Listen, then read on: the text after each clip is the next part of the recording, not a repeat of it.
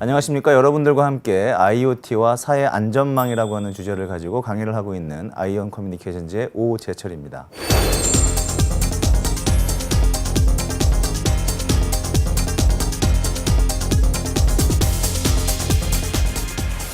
자, 지난 시간까지 3강에 맞추어서 강의를 했고요. 이번에는 4강 IoT와 사회 안전망 본론으로 들어가는 그런 시간이 되겠습니다.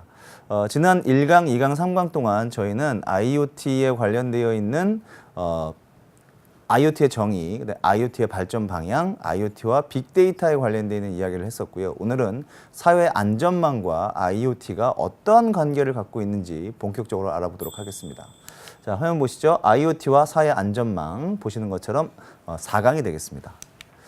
사회 안전망이라고 하는 것은 이제 광의로 볼 때는 기본적으로 실업, 빈곤, 재해, 노령, 질병 등과 같은 여러 가지 재해로부터 국민을 보호하기 위한 제도적 장치인데요. 이것을 저희가 크게 1차 안전망, 2차 안전망, 3차 안전망으로 나눕니다. 그래서 1차 안전망은 가장 기본적인 것이죠. 무슨 말이냐면 공적연금이나 의료보험, 산재보험, 고용보험 이런 것과 같은 그 재난이 아니라 실제로 가장 기본적인 국가적인 보험에 관련되어 있는 부분들이 보통 저희가 사회 안전망의 1차 안전망이라고 부르고요. 특히 이 중에서도 가장 중요한 것은 IoT와 연결되어 있는 것은 산재보험이 되겠습니다. 산업재해에 관련되어 있는 보호 부분이 이제 1차 안전망 중에 IoT와 연결되어 있는 부분이라고 볼 수 있겠고요.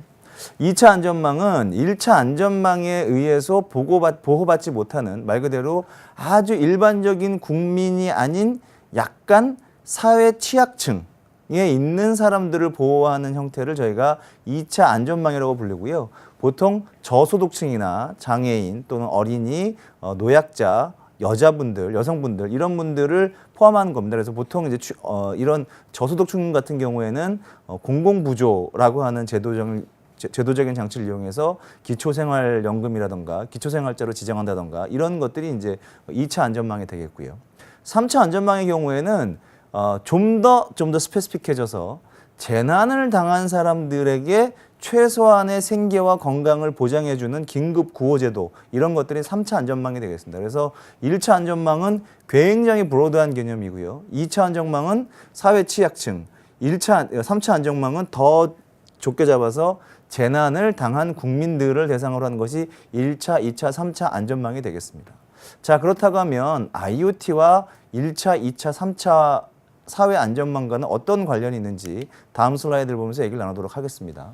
지금 보시는 것처럼 지금 저희가 이제 사전적인 사회 안전망이라고 하는 정의가 기본적으로 사후, 예를 들자면 아까 말씀드린 것처럼 저소득층에 관련되어 있는 부분에 있어서 공공근로를 한다던가 또는 재난을 당한 사람으로부터 재해를 복구하기 위한 비용을 지불한다던가 건강을 보장해 준다던가 하는 것 같은 사후의 개념이라고 한다고 하면 IoT는 거기서 한 발 더 나아가서 IoT의 개념이 포함되면 예방 그리고 적극적인 활동이라는 개념으로 포함되는 것이 일반적입니다. 그래서 보시는 것처럼 1차 안전망과 IoT의 관계는 의료보험 및 산업재해에 대한 적극적인 보호, 예를 들자면 공장에서 더 사고가 덜 일어나도록 IoT 디바이스를 이용해서 예방을 한다라던가 또는 의료 행위를 했을 때 그것이 적극적으로 의료 행위가 일어나지 않게끔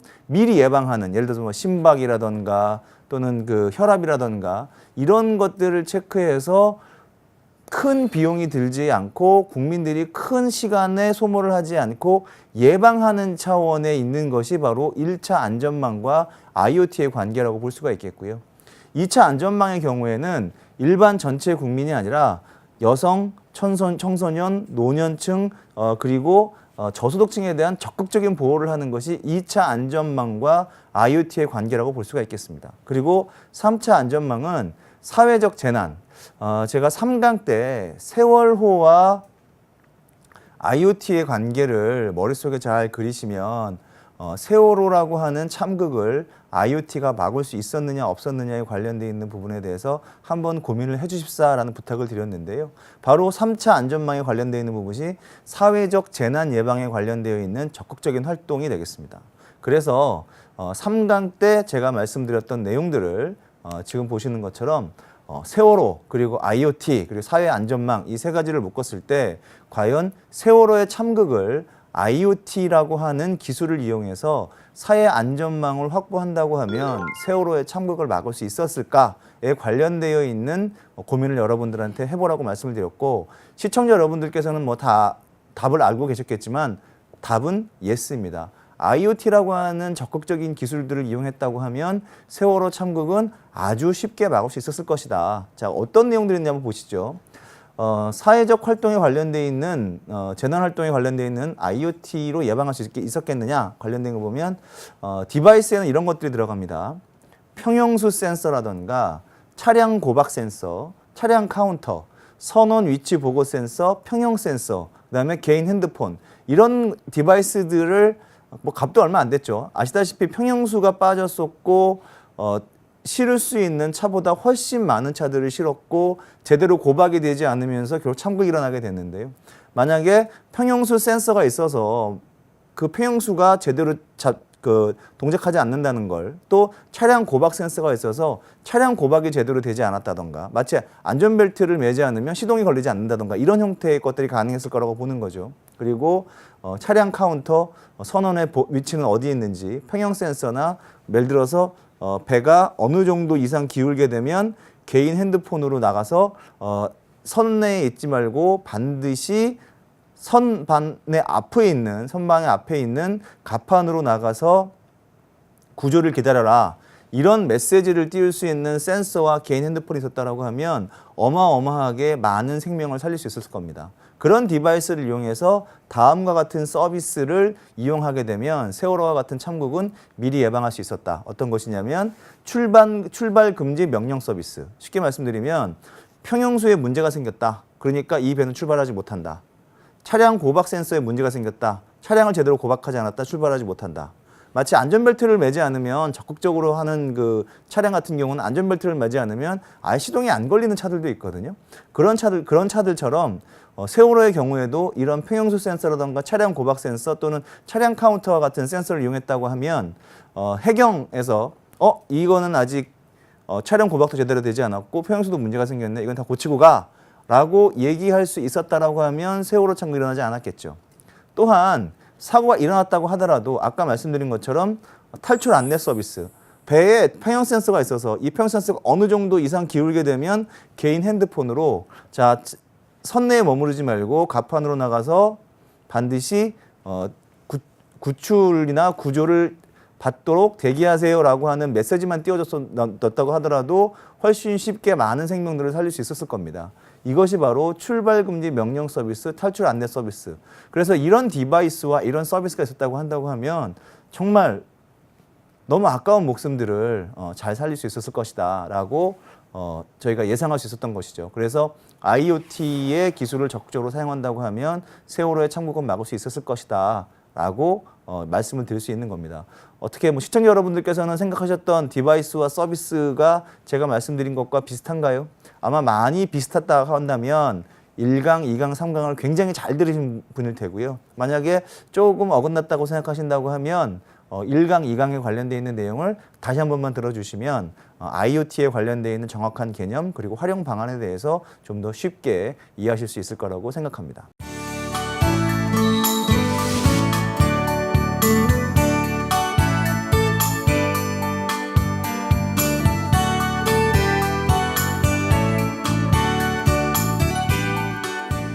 자, 다음 슬라이드는요. IoT와 취약계층에 관련된 이야기입니다.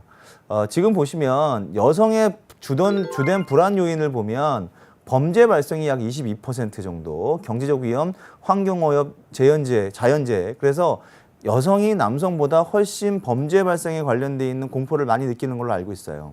자, 그러면 여성들이 IoT를 이용해서 더 안전할 수 있는 방법은 무엇일까요? 대표적으로 핸드폰에 스마트폰의 구조 요청 서비스라든가 또는 어느 순간 이상 데이터를 제대로 주고받지 않는다라고 하면 위험 신호가 온다던가 여러 가지 범죄 신호를 막을 수 있는 그런 여러 가지 방법들이 있는 거죠. 어떠한 문제가 있는지를 안다면 여성들은 좀 더 많은 보호를 사회로부터 받을 수 있을 것이다. 근데 그것이 어떤 경우에 IoT라고 하는 기술을 적극적으로 사용했을 경우에 여성들이 더 많은 보호를 받을 수 있을 것이다라고 하는 것을 보여주는 슬라이드고요. 보시는 것처럼 어린이 성폭력이나 실종 현황을 보면은요. 2005년도부터 2008년도까지 통계가 나와 있는데 어마어마하게 늘어나고 있어요. 자, 이런 경우에 어떻게 하면 IoT 서비스를 이용해서 이런 실종 아이 또는 없어지는 아이들을 실종되는 아이들을 잘 보호할 수 있을까요? 그렇죠. 목걸이에 IoT 서비스에 관련되어 있는 센서나 GPS 센서라든가 이런 것들을 달아준다고 하면 아이가 어디서 실종됐는지를 바로바로 찾아서 그 실종된 아이를 찾을 수 있겠죠. 이런 것들을 이용하는 것도 역시 IoT에 관련되어 있는 기술을 이용하면 훨씬 더 쉽게 이런 그 서비스를 이용해서 실종 아이를 찾을 수가 있을 것 같고요. 그리고 이제 어린이 안전사고 발생 현황을 보시면 10만 명당 사망자가 약 80명, 그리고 안전사고 같은 경우는 가정 내 어린이 안전사고가 약 2,760건 정도 돼요. 이것이 이제 말 그대로 이제 그 굉장히 많은 1,000명당 그 안전사고인데요. 이런 것들도 역시 집안에 각각 센서를 둔다거나 또는 안전사고 사망자, 요즘 같은 경우는 이제 차량의 경우에도 IoT 기술을 많이 이용하고 있는데요. 차량이 쭉 가다가 사람을 인지하면 자동으로 브레이크를 밟고 그것에 관련되어 있는 부분들을 몇 번 브레이크를 밟았는지를 관제센터에 전달한다던가 또는 쓰는 것만으로도 충분히 의미가 있는 것들이죠. 이런 것들을 하게 된다라고 하면 어린이 안전사고를 막을 수 있는 이런 장점들이 있습니다.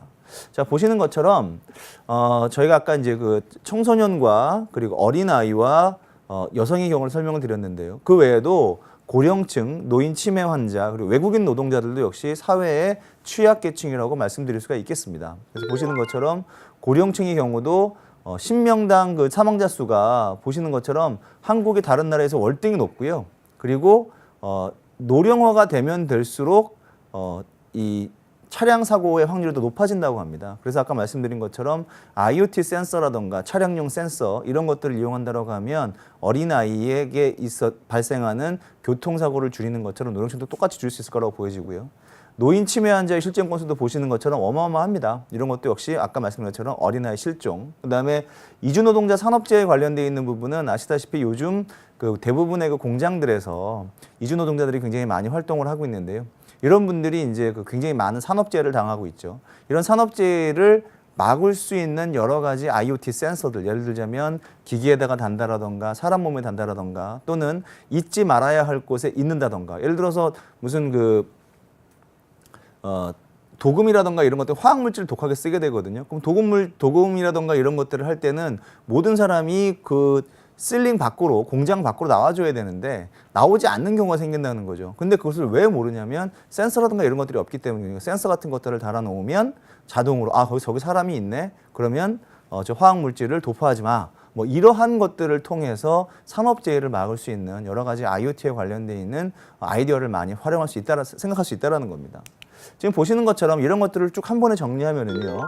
IoT 취약계층은 저희가 어린이, 고령자, 여성, 장애인, 외국인. 그래서 어린이의 경우에는 핵가족 맞벌이로 인한 보호감시의 소홀, 유괴 실종 불의의 사고, 고령자 같은 경우는 독거 세대 증가, 자녀와의 유대관계 악화, 교통사고 증가, 여성의 경우에는 사회활동이 증가함으로써 비정상적인 사고가 발생하거나 성범죄 또는 실종, 아까 말씀드린 것처럼 범죄의 대상이 되는 경우, 장애인의 경우에는 각종 시설에 관련되어 있는 사회가 복잡해질수록 시설들이 많아지기 때문에 시설에 관련되어 있는 위험 요인이 증가하게 되고 편의시설이 부족하고, 외국인의 경우에는 사회적인 안전장치, 언어 미숙, 신분 불안정, 이러한 것들이 바로 이제 그 계층별 안전 위협 환경인데요.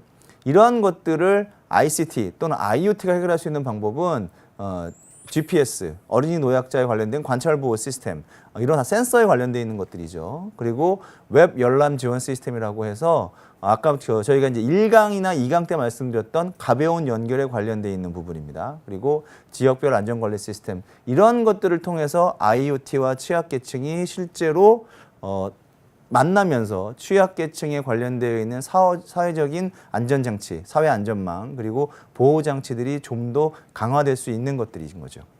자, 다음 슬라이드를 보시면은요, 일본의 어린이 보호 시스템을 볼 수가 있어요. 전 세계에서 가장 낮은 어린이 교통사고 사망률을 기록하고 있는 나라 중에 하나가 일본인데요. 지금 보시는 것처럼 어린이의 경우에는 총 6가지의 시스템을 가지고 어린이 교통사고에 관련되어 있는 부분이나 또는 취약계층을 보호하고 있고, 이 6가지에 관련되어 있는 모든 것들이 IoT 그리고 IT에 관련되어 있는 기술로 되어 있고 대부분이 센서에 관련되어 있는 기술입니다. 예를 들자면 첫 번째가 정보 제공 시스템인데요. 우리나라에서도 하고 있죠. 뭐 성범죄 알림이라든가 이런 것들을 하고 있는데 핸드폰이나 이메일 같은 것들을 통해서 수상한 자의 정보를 알려주는 거예요. 두 번째는 상태 파악 시스템입니다. 휴대폰이나 이런 그 여러 가지 IoT 디바이스를 갖고 있는 어린이들의 위치를 확인하고 방범 카메라로 아이의 위치를 트래킹하고 있는 겁니다. 그래서 이런 상태 파악 시스템을 사용하기도 하고요. 또 등하교 알람 서비스도 있습니다. 그래서 어린이가 교문이나 교내에 특정 장소를 이렇게 탁 통과를 하게 되면 그 통과 시각을 보호자한테 기록한다던가 아니면은 기록해 놓고 나중에 확인할 수 있다라던가 이런 여러 가지 그 센서들을 몸에 달고 그 센서를 읽을 수 있는 장치를 교문 같은 곳에 다는 거죠. 위험 통보 시스템은 어떤 지역에 우범 지역이라든가 그런 쪽에 가게 되면 어린이가 그 목걸이라든가 이런 뭐 핸드폰이라든가 이런 IoT 센서를 가지고 그 지역에 들어가게 되면 어린이한테는 알려주지 않지만 그 전체 시스템에서 어린이가 그 안에 들어갔다. 그러니까 빨리 데리고 나와라라든가 경보를 한다라든가 뭐 이런 것들의 시스템이 되는 것들입니다. 그리고 신별안전 시스템인데요. 신별안전 시스템은 통학로상의 특정 장소를 통과하게 되면 그 통과 영상을 보관하게 되는 겁니다. 예를 들어서 우리 집에서 학생이 집에서 학교까지 가는데 크게 3가지의 건널목이 있더라. 그러면 그 건널목마다 통과 시스템을 만들게 하고요. 그래서 목걸이 같은 IoT 시스템이 지나가게 되면 카메라가 그거에 반응해서 사진을 찍는 거죠. 그래서 1분, 2분, 3분, 집까지 학교까지 있는데 4분 걸리더라. 그러면 1분, 2분, 3분, 4분에 관련되어 있는 모든 사진, 동영상을 확보할 수 있는 것이죠. 이렇게 됨으로써 아이가 없어지다고 하더라도 어디서부터 찾아야 할 것인지 어디에 있는지를 정확하게 알 수 있다는 겁니다. 6번째는 이제 수상한 자의 정보를 교내 방송으로 알리는 건데요. 뭐 이런 겁니다. 그래서 기본적으로 우리나라에도 전자발찌와 같은 시스템이 특히 그 특정 범죄 형태에 있는 사람들에게 이제 전자발찌 같은 것들이 적용되게 되는데요. 학교에 전자발찌 리더가 있어서 학교 안에 그 범죄자가 들어가게 되면 학생 전체의 핸드폰에게 문자가 가는 겁니다. 조심하라고. 이런 것들이 이제 바로 수상한 정보를 교내 방송으로 알린다거나 또는 휴대전화 콘텐츠로 전달하는 이런 어린이 보호 시스템이 일본에서는 이미 실시가 되고 있고 우리나라에서도 실제로 이런 부분들이 많이 벤치마킹이 돼서 적용이 되고 있습니다. 다음 슬라이드를 보시면 우리나라에서 실제로 사용하고 있는 독거노인에 관련되어 있는 서비스입니다. 이거는 무엇이냐면 독거노인의 전력 사용량이 줄면 SOS가 치는 겁니다. 무슨 얘기냐면 말 그대로 독거노인은 혼자 있기 때문에 이분이 아파서 쓰러졌는지 아니면 위급 상황인지 알 수가 없지 않습니까? 자, 그렇기 때문에 전력 사용량을 계속 모니터링하고 있다가 전력 사용량이 꾸준하게 사용되다가 어느 날 갑자기 사용되지 않더라. 그리고 그 기간이 3시간, 4시간, 5시간이 넘어서고 집 안에 있는 센서에 사람의 움직임이 감지되지 않더라라고 하면 그것은 굉장히 위험한 신호인 거죠. 그래서 그런 것들을 현재 시범 서비스로 하고 있고요. 그래서 독거노인이 위험에 빠졌을 때 최대한 빨리 응급 구조 신호를 보낼 수 있게끔 하는 그러한 서비스들을 실행하고 있습니다. 그래서 보시는 것처럼 디바이스는 전력 모니터링 디바이스고요. 위치 확인 디바이스, 그리고 서비스는 응급 통지 서비스, 응급 지원 서비스 이런 것들을 통해서 사회 취약계층을 보호하고 있는 겁니다. 자, 다음 슬라이드는요. 역시 이제 독거노인 댁내 시스템에 관련되어 있는 것인데요. 요거에 관련되어 있는 부분은 좀 더 쉽게 아까 말씀드린 것처럼 AMI와 같은 전력 시스템이 아니라 독거노인의 목걸이라던가 몸이라던가 핸드폰과 같이 독거노인 댁내에 센서 장비를 설치하는 거예요. 그래서 이 센서 장비가 제대로 움직이지 않거나 또는 심박계 또는 혈압계 이런 것들이 제대로 동작하지 않으면 그 신호를 자동으로 소방서나 경찰서에 보내서 응급 지원을 받는 이런 서비스들도 국내에서 이미 활용되고 있고요. 이 외에도 여기에 응급 호출이나 화재 감지, 가스 감지 이런 것들을 통해서 독거노인이 댁내에서 마음대로 생활하시다가 위험이 빠지게 되면 특정한 사람이 계속 모니터링하고 있지 않더라도 그분이 위험에 빠졌다는 것을 알고 응급으로 지원을 받을 수 있는 이런 형태의 서비스를 받을 수 있는 것이죠. 그리고 지금 보시는 것 같이 IoT와 취약계층 보호에 관련된 마지막 슬라이드가 되겠는데요. 보시는 것처럼 아예 사람이 들고 다니면서 응급 단추 버튼을 누르기만 하면 실제로 외부의 도움을 받을 수 있는 그런 서비스들을 준비하고 있습니다. 보시는 것처럼 저기 보면 이제 그 노약자분이 저기 보이는데요. 여성분도 되고 그리고 어린이도 되고 그리고 노약자분 되겠죠. 자, 그래서 버튼이 여러 개가 있고 구급 신고, 화재 신고, 뭐 안전 돌봄이 여러 가지 버튼들이 있고 그 버튼을 누르게 되면 그거에 맞게끔 119 상황실로 갈지 아니면 경찰서로 갈지 아니면 보호자한테 갈지 아니면 돌보미로 갈지 아니면은 여러 가지 응급 신호에 관련 병원으로 갈지 이런 데이터들을 실제로 이 IoT 센서가 모두 갖고 있고요. 그것이 실제로 통신과 연결돼서 그것이 말씀드린 것처럼 서비스를 제공하는 서비스 프로바이더에게 연결되는 것이죠. 이러한 형태로 IoT에 관련되어 있는 부분들이 취약계층과 아주 타이트하게 아주 밀접하게 연관돼서 현재 많은 사람들의 생명과 이 사회 취약층에 관련되어 있는 안전을 보호해주고 있는 겁니다. 자, 오늘은 여러분들에게 사회 안전망 그리고 IoT에 관련되어 있는 말씀을 드리고 있습니다. 다시 한번 오늘 말씀드렸던 내용들을 정리해 보도록 하겠습니다. 사회 안전망은 1차, 2차, 3차 안전망으로 구성되어 있고 1차 안전망은 4대 보험이나 산재보험 이런 것 같이 국민 일반 아주 넓은 범위의 사회 안전망을 갖추는 것을 1차 안전망이라고 하고요. 2차 안전망은 그중에 사회 취약층, 예를 들면 노년층이나 청소년, 어린이, 여성분들 이런 분들을 하는 것이고요. 그 다음에 3차 안전망에 관련되는 산업재해라든가 국가적 재난에 관련되어 있는 부분에 있어서 그 내용들을 보호해 주는 것을 저희가 3차 안전망이라고 부릅니다. IoT에 관련되어 있는 부분은 1차 안전망, 2차 안전망, 3차 안전망 모두 IoT가 들어가게 되면 사후에 어떤 일을 하는 것이 아니라 사전에 적극적으로 예방하고 그것을 막을 수 있는 방법으로 진행하게 되는데요.